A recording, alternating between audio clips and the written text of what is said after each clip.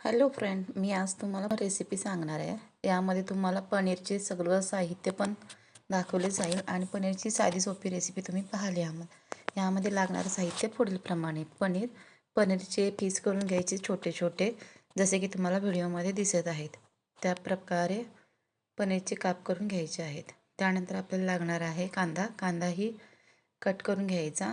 त्यानंतर टोमॅटोही कट करून धुवून घ्यायचं।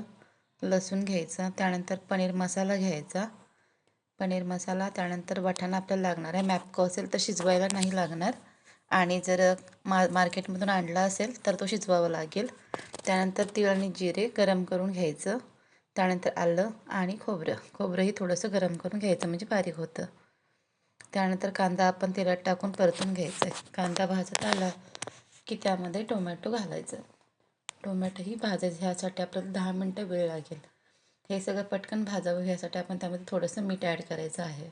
मीठ घातल्यानंतर पटकन कांदा टोमॅटो विरघळतो आणि टेस्टही खूप छान येते। या सगळ्या प्रक्रियेला 10 ते 15 मिनटं लागतील। त्यानंतर हे मिश्रण मिक्सरमधून बारीक करून घ्यायचं आहे। अगोदर तीळ आणि जिरे बारीक करून घ्यायचं, त्यानंतर कांदा आणि टोमॅटो बारीक करून घ्यायचा। उरलेल्या तेलामध्ये पनीर गरम करून घ्यायचं। हे पनीर गरम करून साईडला काढायचं। त्यानंतर आपण बारीक केलेली कांदा टोमॅटोची प्युरी गरम करून परत घ्यायची व बारीक केलेलं तीळ जिरं होतं तेही त्यामध्ये ॲड करायचं आणि परतायचं।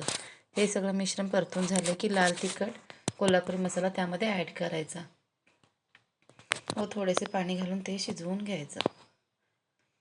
त्यानंतर आपण त्यामध्ये शिजवलेला वाटाणा ॲड करायचा व पनीर त्यामध्ये ॲड करायचं, आणि जो मसाला होता पनीर मसाला तो दुधामध्ये विरघळून तोही त्यामध्ये ॲड करायचा।